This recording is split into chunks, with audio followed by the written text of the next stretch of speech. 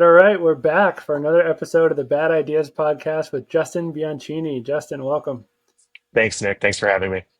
How did on a A to F scale? How did I do in the last name? Was I pretty close? Yeah, I'm surprisingly good. I like Or me being in surprisingly? sales for so long.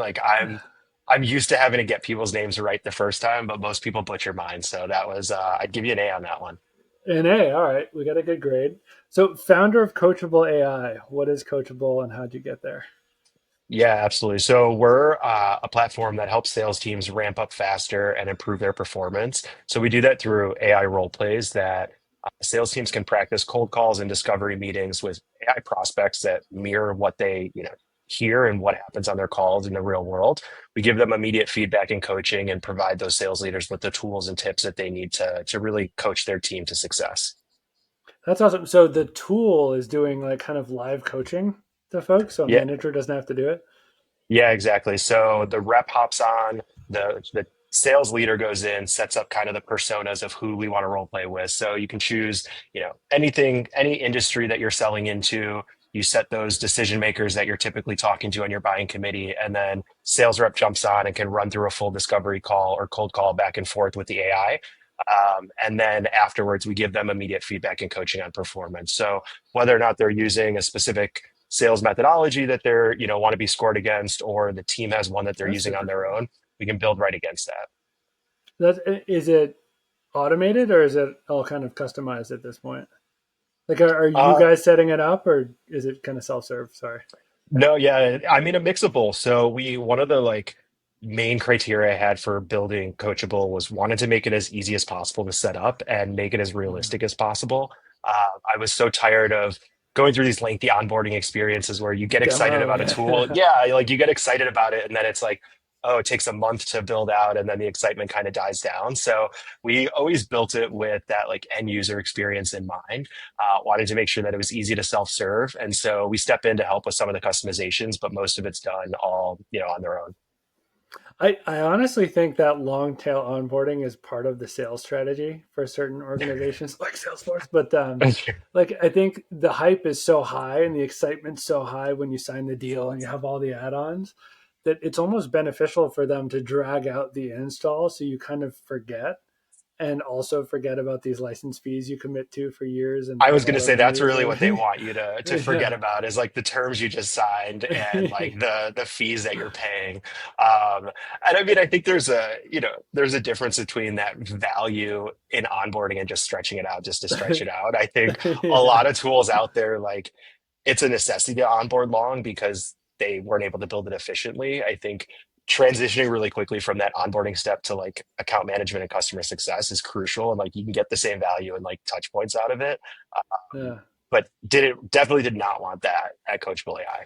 Well, it's cool that you're building it that way. I think it's an integrity thing because the market is slow. Like all the high value stuff is super slow to value. So if you're delivering something that really makes a tangible difference, I mean, Gong has like a 30-day onboarding, right? So I've used Gong in a lot of companies and have yeah, always really enjoyed it as a tool. I it's think it, amazing. yeah, I mean their sales team second to none, great sales team, Yeah, they're awesome folks. Everyone that I've worked with, I still stay in touch with some of the reps that I've worked with in the yeah. past. But yeah, it's a pilot process and there's a long time to value. I think in a lot of products that makes it difficult to be able to run a pilot efficiently. Um, Mhm. but I think for me, one of the main motivations when I started this was, not only my background in sales and running sales teams, but also just all of this hype around AI and sales and I guess AI in general, seeing so much I hesitate to call it vaporware, but a lot of these pre-built demos that looked Yeah, amazing and made everyone really excited and they got all this hype and then you never hear anyone that actually uses it or anyone that is getting value from it. And so we yeah. started really early on. I wanted to build alongside sales reps themselves and find those SDRs and AEs that ultimately would be the main user of the product to make sure that we built something they wanted to use so that it transitioned over as we started talking to sales leadership and selling into teams. That's super cool. So you guys aren't vaporware. That's on record and on video. It's real. Yeah, Are you using your own model or are you tied into one of the bigger three? Yeah, so we use a lot of OpenAI today, and so that's what we use to power a lot of the model, which is interesting because, or a lot of the platform, which is interesting because in my day to day, I use Claude, and so Yeah. it's always interesting when I think about it. But we use OpenAI for some of it, and then we power some of it on our own. Um, Oh, that's and cool. yeah, definitely not vaporware. I think I see that come up in demos a lot of times because, like the tips of yesterday when doing product demos was like, skip all the admin stuff. They don't need to see you log in and what that looks like just show them the value. But now you see, like when I was doing that and setting up the environment ahead of time, I'd get sales leaders that are like, oh, this is awesome. Did you build this already for us? Or like, is this how it's going to work out of the box? And so I started like going earlier in the process and being like, look, this is, within minutes how quick you can build these simulations, get your team up and Yeah, practicing. And like, that's made a world of a difference. that's super cool. So it's real. It's been thought through. It's been tested. How many customers are you at, if you can share? Yeah, yeah. So we have about 25 teams that we're working with, and then a couple hundred individual sales reps that are on the platform that have That's used it, which is awesome. super cool to see. And so, there's always this gap in, started Coachable because I saw the gap in training and coaching. And so always this gap between what sales reps think they need or like know they need versus what the sales leader thinks is the priority right now. And Yeah, coaching and training has historically never been one of the priorities, but sales reps really want it. And so wanted to make sure that we had a product that they could use on their own. They wanted to yeah, jump in and start improving. And so that's been really cool to see, people come from solo founders that are selling for the first time to practice pitching, their product to, senior SDRs and AEs at some really large enterprise companies that just want that extra attention. And then yeah. now teams seeing the full value, which is really cool. I think founders, particularly today, because the service economy in the U.S. is booming, founders are spending a lot of time trying to figure out how to build sales teams, and this is like a hacky way to get a little manager in a box going. Yeah. So I did hopefully an we can make a dent in it accelerator. for you. Yeah, no, definitely appreciate that. I did an accelerator early on, and one of I was surrounded by 50 founders who were all building something cool, and very few of them had any background in sales. And so they kept like asking, like, hey, is this something that we could use? And initially I was like, well, the way I was building it, no, but very easily I could make this like adaptable. And that kind of prompted some of that. How can we make this as customizable as possible and Yeah, realistic as possible so that they could jump in and use it and practice some calls? And, they helped guide the product roadmap early on too. that's super cool. So definitely get us a link or post this guy so we can pop people over to try Yeah, out something real that you made. absolutely will. I mean, I use it on my day to day to prep for my discovery meetings before I hop in to like All get, right. warm up to get the jitters out of the way and then hop on and, get into selling. So something I use, I think, a lot of benefits for teams and individual SDRs and AEs. That's awesome. And real quick, so before that, you led a couple of really big teams at some pretty exciting companies. Any highlights that you're super proud of? So many. Yeah, I started in sales, kind of funny, like in fundraising at my university. And so was doing the like call recent grads and alumni to solicit donations. And I've met so many people that did that as well and can commiserate over like how difficult that was. But went into mortgage banking, really got like run through the ringer in sales training and understanding like the concepts, but always knew I wanted to get into tech and startups, and so made the move out to San Francisco. Started working for Bungalow as their first sales hire. So now Series C prop tech company. Joined at seed stage and just had hyper growth over the 5 years that I was there, which was cool. Yeah. So got to run the gamut. Um, Got to see the ins and outs of building from zero and building from scratch and scaling teams.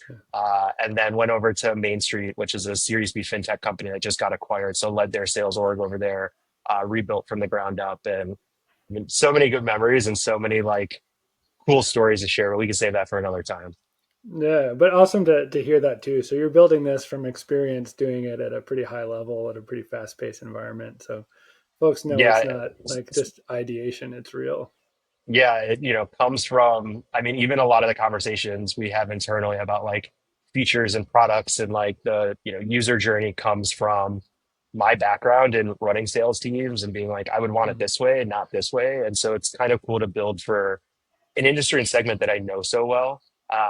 And it just helps the conversations too. When I hop on with a sales leader, like I speak their language. I know what they're going through today. Like you just hired 10 reps. I know what's coming for you. Like your onboarding and Mhm. training, if you don't have it set out, like is going to be difficult. You're going to waste so much time. And I can relate to missing quota. I've made cold calls. So I know how all of that works and all of that goes into Yeah, the product today, which is really cool. that's super cool. Well, congrats on your momentum so far. Thank you. My hope is by the time this posts, you have 1,000 sales reps there and 100 teams on board. If you don't, we'll That's, get a that's the couple more goal. people your way. Yeah, well, Yeah, we'll no, help always them the your way. goal. Um, so for our purposes today, we're going to take your head from a really good idea that you're building and making real, and take a look at something really horrible and figure out, could we sell it? If we couldn't sell it, how do we fix it so it becomes something marketable? Does that sound good? Yeah, sounds great. Are you I've had a lot scared? of bad ideas in my like past, and so I like can think of a few, and then I feel some added pressure because like being good in sales, you're supposed to be able to sell anything. So I'm trying to like Yeah, no. get the creative juices flowing, so when this idea comes, I can figure out what the go to market strategy would be. Yeah. Well, I think the purpose of the show is really to let people know how you evaluate this stuff. And what's cool is now that we know, you're behind a software product you're building based on your own experience, like you've probably thrown out thousands of ideas for your own product already. And seeing how you react to something like, how do I think this through? What is it trying to do? How do I change it? Yeah, I That's love the that. real value folks get, and you've done it in practice, so it's legit. Yeah, But no pressure. let's see if we have something good to riff on. So today, our bad idea is Lead Shuffler, a sales platform that randomly reassigns leads to different reps every 24 hours to keep the team agile and prevent client attachment. Interesting one. Actually sounds like a few ideas I had in the past, and like No one way. one that I implemented at Bungalow that like completely bombed. That still haunts me to this day. Can you Not share? specifically. Yeah, yeah. You don't So have to. You don't have no, to. I will. I mean, listen, like we learn from our mistakes. So at one of my sales teams at Bungalow, we're customer facing. So we were in the prop tech space for residential co-living, residential rentals, Mhm. and we pretty much had to run 7 days a week. Like we had people looking, it wasn't a typical B2B company where Monday Yeah. through Friday, 9 to 5. And so to continue that like continuity between leads, what we decided to do was start to build out teams that could share leads and pass like information across each other so that when one team ended on Wednesday and the new team came in on Thursday, they could pick it up Yeah. seamlessly. We had some like shared personas that we used and like essentially ended up turning my team for a short amount of time into like an assembly line of like tasks and like it it sounded good in theory. It was one of those things where like a couple weeks into practice, it was like, no, this is terrible. We need to rip this out. And I've been like thinking through all the benefits that it was going to bring and how it was going to help us. And like, it was probably one of the worst ideas I can look back on in my career. Yeah. And I still get razzed about it from a lot of my friends at Bungalow when we talk about it. So That's awesome. Well, thank you for sharing. But awesome that you got out of it in 3 weeks. Like, limit the damage done, kind of get back on even footing, and move forward from a stable I think position. my team would have revolted had I not. So Yeah. it was a good move to move quickly on it. All right. So what do you think about Lead Shuffler? This is kind of like it's similar to yours, except it seems random and it's like every day, every day a Yeah, new POC. I like had just had this experience today. Like and one of my fundamental like strong feelings about sales, as much as we try to inject AI into it, is like sales is fundamentally human and people buy Yeah. from people. And it's all about like building that relationship, making those connections, like building trust. And I feel like that is so hard if you're picking up, like if you're a lead and you're getting cycled through to someone new Yeah. every single day. It's almost like Russian roulette or chat roulette, like just Yeah. spinning you Who is through. this And guy? yeah, Yeah. right. Does it have merit? Potentially. I think we'll explore and see. Yeah. Well, my guess is the problem they're solving is if someone isn't moving a deal along fast enough, like they know they're going to lose it. So it's almost like if your turnaround cycle is an hour or like a one call close type of deal, it's the sort of thing where if you didn't win it, it's going to go to somebody else until it's closed. Um, Still doesn't solve your human problem though, because it's like, who's this dude? Like, you don't know It's anything definitely, about yeah, me. What's going on? it's definitely way more like seller focused than buyer focused, I think. Mm-hmm. Like it definitely solves the problem like I was trying to solve for, my team at Bungalow, like our efficiency problem. I think it solves a potential problem for teams. What impact it has on the buyer experience is, probably not worth the ROI you may get from that efficiency gain. And I learned that the hard way. But I think it's a common thing that comes up for sales teams as they mature when you think about like territories or lead assignments, right? So after, everyone always wants to know, hey, if this deal is stalled or there hasn't been contact on it in X amount of time, if I engage with them, am I allowed to take this lead from someone else's pipeline? And so it Yeah, kind of solves that problem where, like the rules of engagement are gone. It's just every day if you didn't close that deal, it's getting reassigned to someone. yeah. It's going to be chaos for the customer though. Like every day, there's a new point of contact reaching out to you and trying to close you. Especially if this company or a company who buys from these guys also is using AI tools, so it's getting reassigned, and there's like a new AI autoresponder every day. Oh. Um, I mean, Frequency, I right? think That's the in key. today's world, we like still in sales, like one of the biggest problems is like that handoff between the SDR and the AE, right? Like the SDR opens up the conversation, typically like gets some information about you.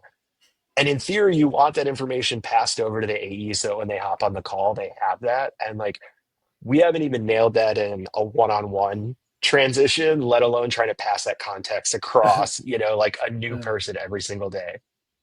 yeah. So too many holes. That's the issue. Too many holes. Is there another? Have you sampled other ways to kind of um, clean a pipeline for a sales rep so they're not hanging on to too much that's not advancing?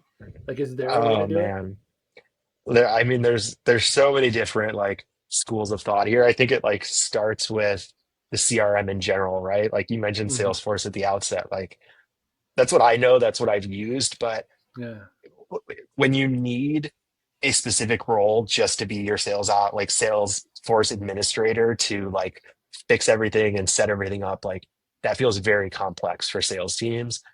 yeah, There's a couple actually friends that I have that are founders that are like solving a lot of those gaps for field teams. So my buddy Trevor at Mikos AI, like he's solving where you can just like record a voice note or talk in Slack and it'll automatically update your CRM. So you can think like yeah. field teams out in the market, like they're not at their computer all the time.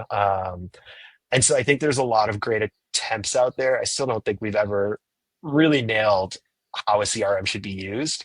Um, and how like no sales rep loves updating their CRM. I even hate it. No. I hate it as a founder. And like I find myself trying to do anything but update the CRM. And like Yeah, that's, with me living or dying by the revenue we bring in. And so it's such a pain point still that I don't know if, yeah. we'll solve it, hopefully eventually.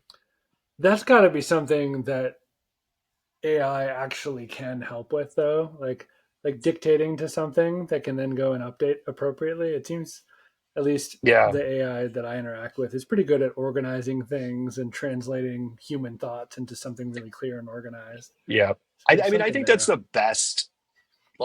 best use case of AI, like taking unstructured data and like making something useful out of it.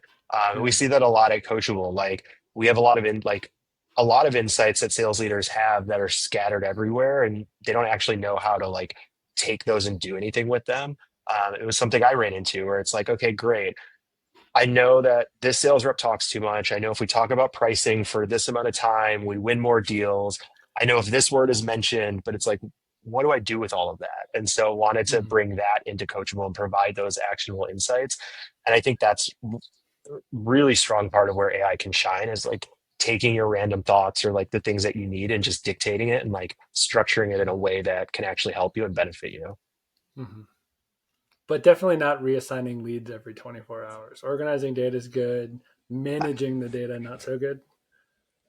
I mean, I'm struggling to think of a good. use case. Like to your point, like I do see, if it is a one call close and that is like the deal cycle or somebody dropped the ball somewhere, I could see reassigning it maybe daily, but like that's such a like tough one to plan out your day if you're a sales rep. It's a tough one to like as a sales leader, how do you even forecast or like figure out what Yeah, you think right. is going to come in if like every day your team is working something different? Oh, eventually it's going to get to this guy, and that's where I base my forecast. What if we flip it to customer service? I'm thinking about everyone's been in a scenario, and I think this is intentional too, but where like they have a customer service request, they create a ticket with the company they're asking for help from, and then they hear nothing for like 4 days, and they follow up, and the person's like, "Oh, I'll check on it for you," and then they hear nothing for 4 more days.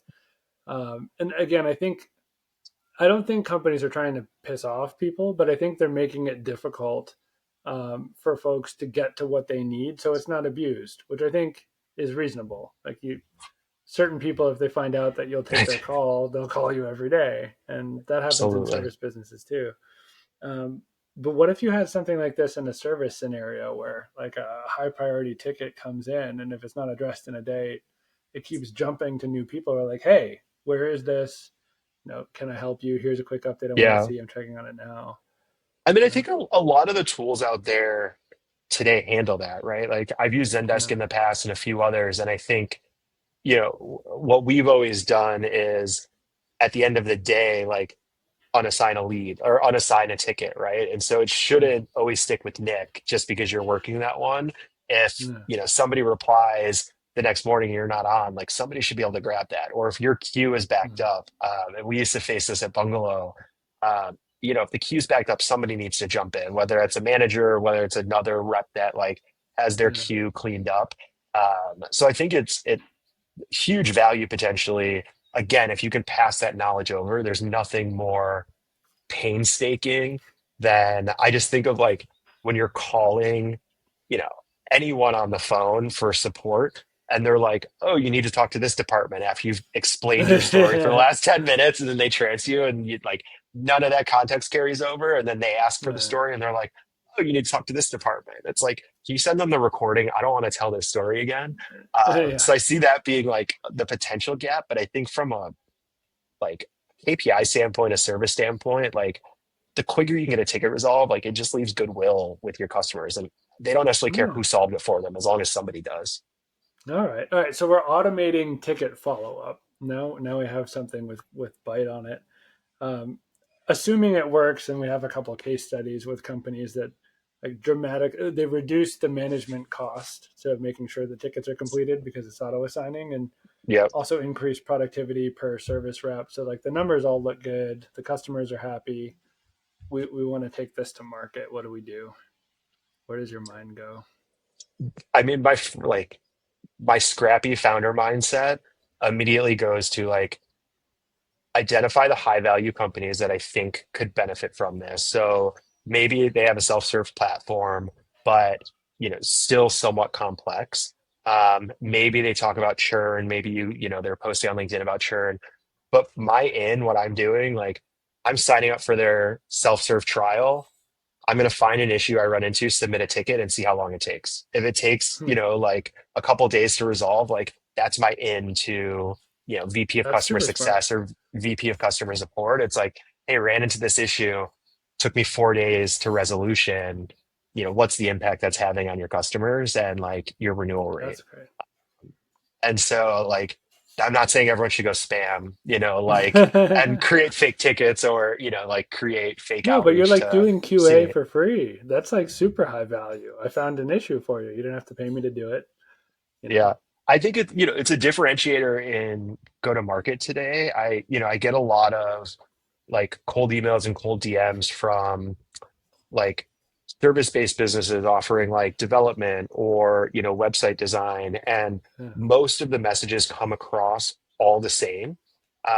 But the ones who I actually take time to engage with are the ones who either take the time to sign up for the Coachable AI trial, and then in their message they say like, "Hey, I signed up.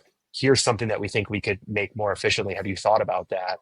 or go to Yeah. the website and they like, listen, I built the website myself. I still do the website myself in Webflow. I'm not a designer. Like there are a lot of Webflow. probably, yeah, like there are probably a lot of inefficiencies there.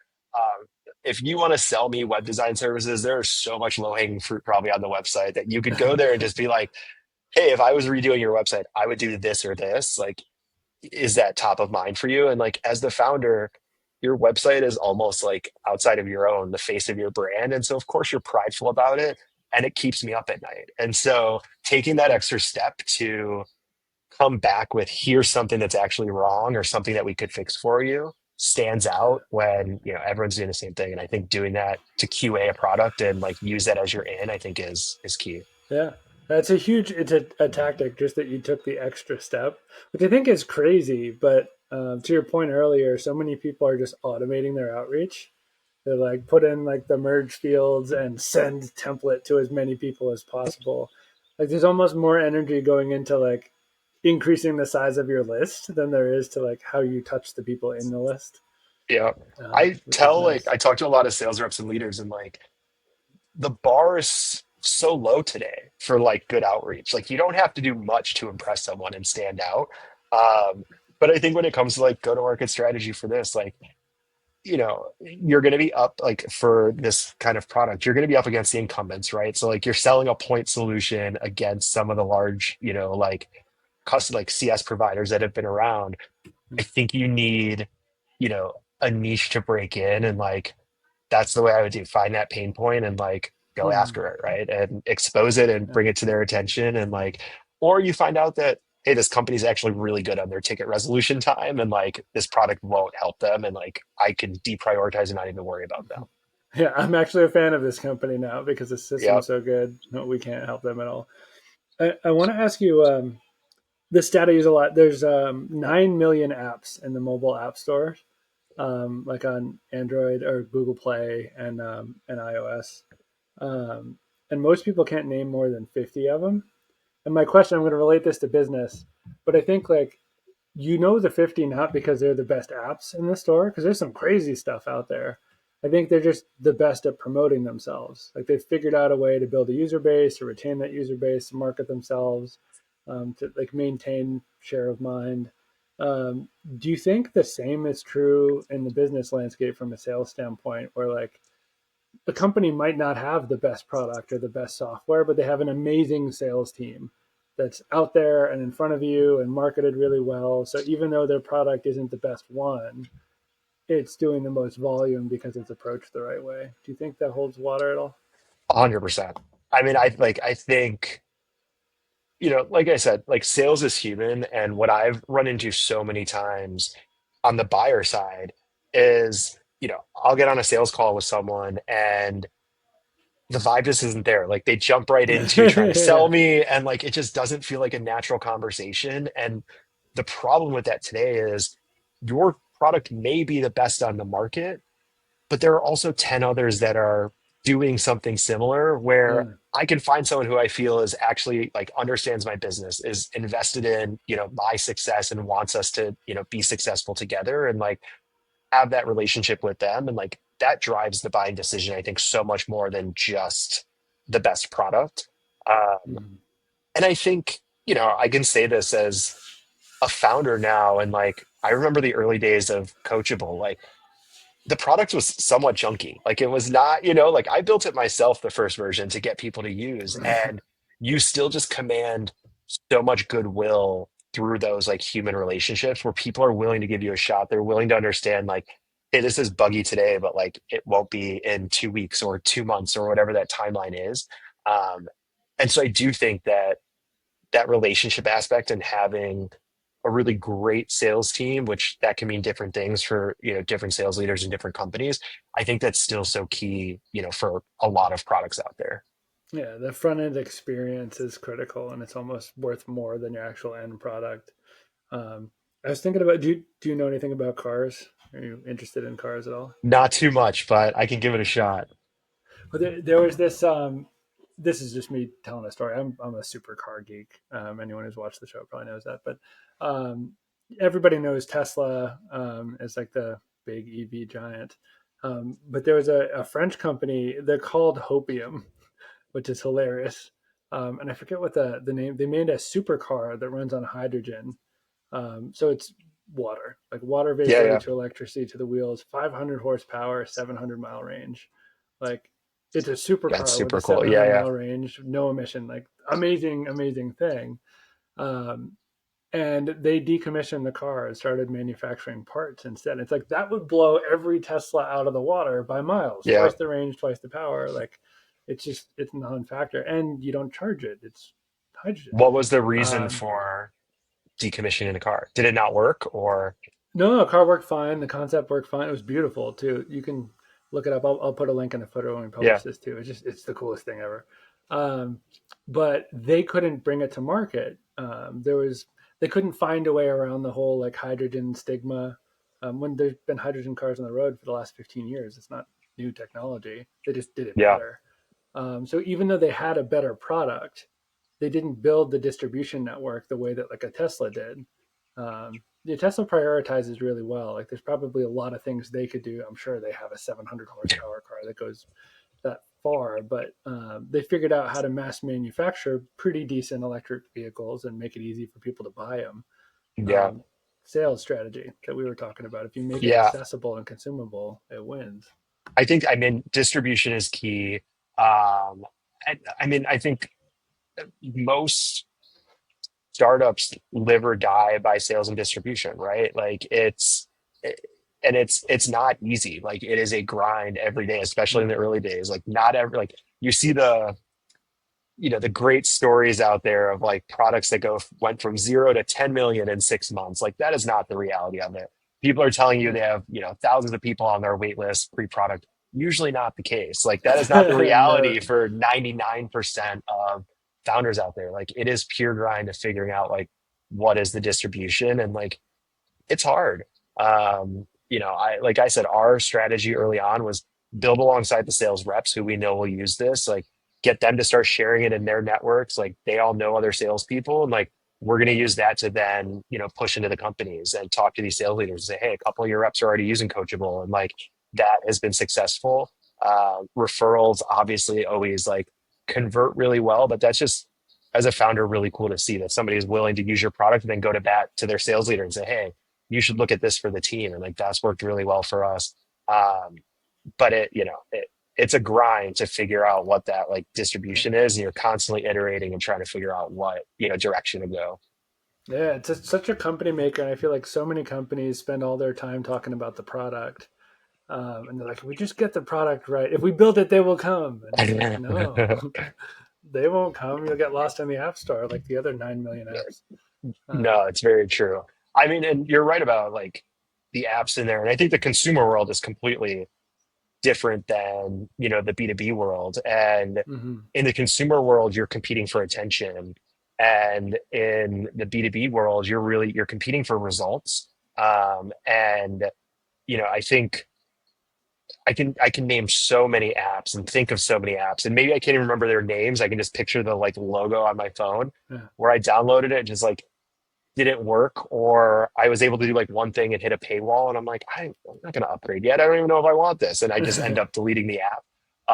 And so like it's a different game in consumer than I think you know on the B2B side. You're building those relationships. You're trying to show value, trying to get people to like understand what you do and adopt it, and then support it and champion it to other people. Um, Yeah. yeah, definitely a different world, but a like super fascinating one. It's similar. If you spend a lot of time in consumer, it's not too different from B2B because when you build something that scales, the pillars of your scale are all key relationships with distribution partners. So like you Yeah. can't unless you've got something totally crazy like Mr. Beast that you've just created a new way to entertain people, like you Yeah. can't really build your own audience from scratch. You need to partner your way there, and that's straight B2B. Like you find Yeah. someone with an audience and say like, how do I make this even more valuable for you and be easy to work with? It's just like building a B2B relationship, Yeah. which One is of the wild. first ideas I had really early on, this is like 2005, 2006, um, was on the consumer side. And it was like the nascent days of cell phones where like you no longer, I think you no longer had to pay 10 cents per text message. And it was no longer like unlimited nights and weekends. You like just got them as part of your package. And I Yeah. had this idea of, I don't know if it was going to be an app because apps didn't really exist at the time, but like a text message, like away message. And so if you were driving, it would like you could put up your away message, and when somebody texted you, it would just auto reply back to them to let them know, Uh-huh. like, I'm in the car. I'll text you when I get back, so they don't think you're ignoring them. Um, Everyone laughed at me, and now I feel like it's natively built into the iPhone and stuff. So I wish I would have like developed it when I was back in college, and like maybe it would have been acquired by Apple or Google. Yeah, right. The original viral app has a Yeah. link to download That's themselves. exactly was my thinking. Like, I think a lot about the note taking apps. Like, Fathom is what I use, and like, so smart that like their name is right there, and like people see it when they hop in a meeting, and they're like, "Oh, I should try that." And so, like that viral distribution, in Yeah. that world, would have hopefully worked really well in my text message away message. I mean, this close. It probably would have cost you an arm and a leg to develop, right? Because those Oh, I had operating no clue what I systems were would all back then. I closed. had no clue what I was doing. Yeah. Well, cool. Thank you so much for being so open. You shared a ton, your background, what you're building. We'll try to get a link out so people can sign up and try it themselves. Your verdict on this lead shuffler is that this is a bad idea. It's probably not going to make a positive impact as is, right? We're pivoting it from sales to customer success and customer Yeah, support. So yeah. we're moving the wedge in the vertical that it's going in, but potentially has some legs there if we can like nail that the marketing channel and What distribution. a positive guy. So, do you you do some advising? Do you do any like coaching of founders if people want to reach out and like get you to focus on their stuff, or is that? As much as I can. Nothing formal, but I mean, I try Mhm, to like block up as much time as I can to like just meet with people and like chat about their mhm. problems. So many of the like discovery and demo calls that I have turn into like, we're running into this issue. I don't know what I should do, and it's not something we solve in with Coachable. Yeah. But I've been there and I've lived it, so I meet with a lot of founders to chat through it. So always happy to bounce ideas. Sometimes like in the early days, you just need a sounding board to like flesh out your ideas. And so I find myself doing that a lot with friends and other founders. So nothing, no formal advising, don't have enough time, but always happy to chat with anyone that needs some All right. advice or help. Do you want us to put your LinkedIn profile here when we Yeah, yeah, you publish definitely so can. folks can reach out? And that's Yeah, amazing. definitely All can. right. So we'll get that out. We'll get Coachable out. We'll see if we can make a dent in your companies. And thank you again for spending some time with us. Great to learn from you and see your approach. And thanks for being so positive. I think this is a pretty trashy idea. You're very, very gentle with it. So thanks for I told you in sales, you always got to find the way to sell it. We got to be able to sell out anything. So, but appreciate you having me on. This was great. Great to see you, Nick. that. Awesome. Thanks so much, Justin.